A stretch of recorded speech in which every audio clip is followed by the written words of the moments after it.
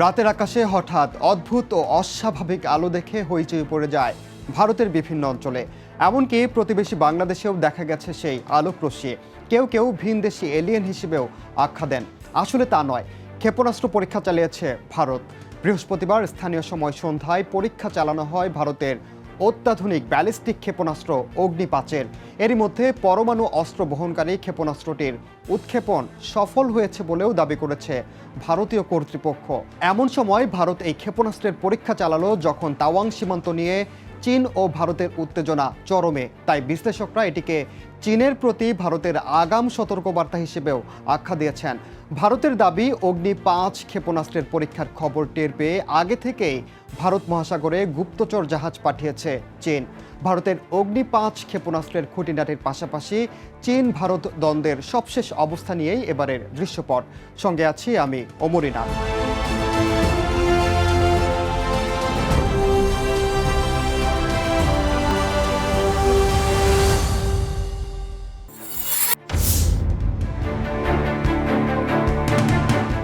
ভারত অগ্নি-5 মিসাইলকে তাদের সবচেয়ে বিপজ্জনক ক্ষেপণাস্ত্র হিসেবে আখ্যা দিয়েছে।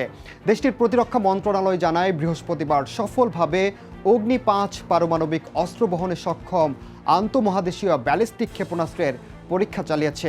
ওড়িশার আব্দুল কালাম দ্বীপ থেকে রাতের বেলা এই পরীক্ষা চালানো হয়। পরীক্ষায় পরমাণু ওয়ারহেডের বদলে একটি ডামি ওয়ারহেড ব্যবহার করা হয়েছে বলেও জানা গেছে। অগ্নি সিরিজের ক্ষেপণাস্ত্রের নতুন এই পরীক্ষায় নতুন কৌশল এবং সরঞ্জাম ব্যবহার করা হয়েছে। বিশেষ করে ওজনের দিক থেকে এই ক্ষেপণাস্ত্রটি আগের চেয়ে হালকা বলে দাবি ভারতের, যেটির ওজন 50,000 কেজি।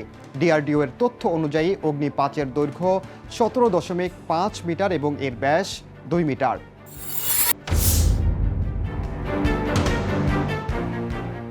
অগ্নি-5 সম্পূর্ণ ভারতের দেশীয় একটি ক্ষেপণাস্ত্র বলে জানিয়েছে দেশটির গণমাধ্যম। ভারতের প্রতিরক্ষা giant defence research and development organisation বা ডিআরডিও এবং ভারত ডাইনামিক্স লিমিটেড যৌথভাবে তৈরি করেছে এই অগ্নি-5। ওড়িশা উপকূলের আব্দুল কালাম দ্বীপ থেকে ক্ষেপণাস্ত্রটির পরীক্ষার দায়িত্বভার ছিল ভারতীয় সেনাবাহিনীর স্ট্র্যাটেজিক ফোর্সেস কমান্ডের।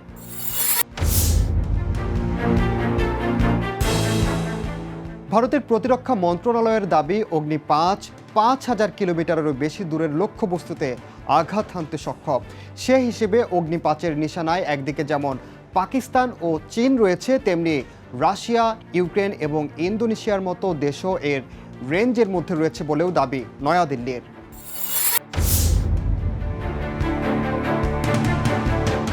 অগ্নি-5 ক্ষেপণাস্ত্র পরমাণু অস্ত্র বহন করতে সক্ষম।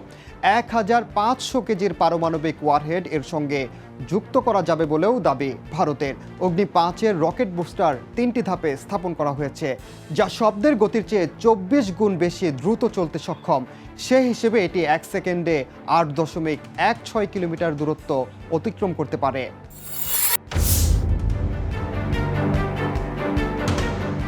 সম্প্রতি অরুণাচল প্রদেশের তাওয়াংয়ে সরাসরি সংঘাতে জড়িয়ে পড়ে ভারত ও চীনের সেনারা।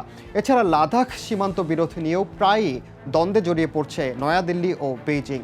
রাজনৈতিক ও ভৌগোলিক কারণে অগ্নি-5 ক্ষেপণাস্ত্রের পরীক্ষা নয়াদিল্লির জন্য অত্যন্ত তাৎপর্যপূর্ণ বলে মনে করেন বিশ্লেষকরা।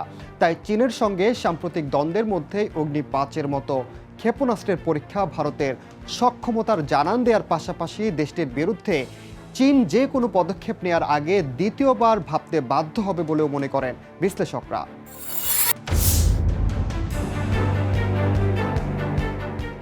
ভারতীয় গণমাধ্যমের দাবি, ভারতীয় প্রতিরক্ষা গবেষণা ও উন্নয়ন সংস্থা চলতি মাসেই যে ওড়িশার উপকূলে দূরপাল্লার অগ্নি-5 ব্যালিস্টিক ক্ষেপণাস্ত্র পরীক্ষা চালাতে পারে তা আগে থেকেই আঁচ করতে পেরেছে চীন। তারই অংশ হিসেবে গত 5 ডিসেম্বর চীনের গুপ্তচর জাহাজ ওয়ান-ওয়াং-5 ভারত মহাসাগরীয় অঞ্চলে প্রবেশ করে বলে দাবি ভারতের প্রতিরক্ষা মন্ত্রণালয়ের। গেল সোমবার অস্ট্রেলিয়ার উত্তর পশ্চিম উপকূলের সাহুল ব্যাংক এলাকায় ওয়ান-ওয়াং-5 উপস্থিতি নজরে আসে ভারতের। প্রায় 23,000 টনের গুপ্তচর জাহাজ ওয়ান-ওয়াং-5 উপগ্রহ এবং ক্ষেপণাস্ত্র উৎক্ষেপণে নজরদারির জন্য অত্যাধুনিক সেন্সর রয়েছে। উন্নত প্রযুক্তিযুক্ত এই নজরদারি জাহাজ ভারতের নিরাপত্তায় বড় সমস্যা তৈরি করতে পারে বলে শঙ্কা নয়াদিল্লির।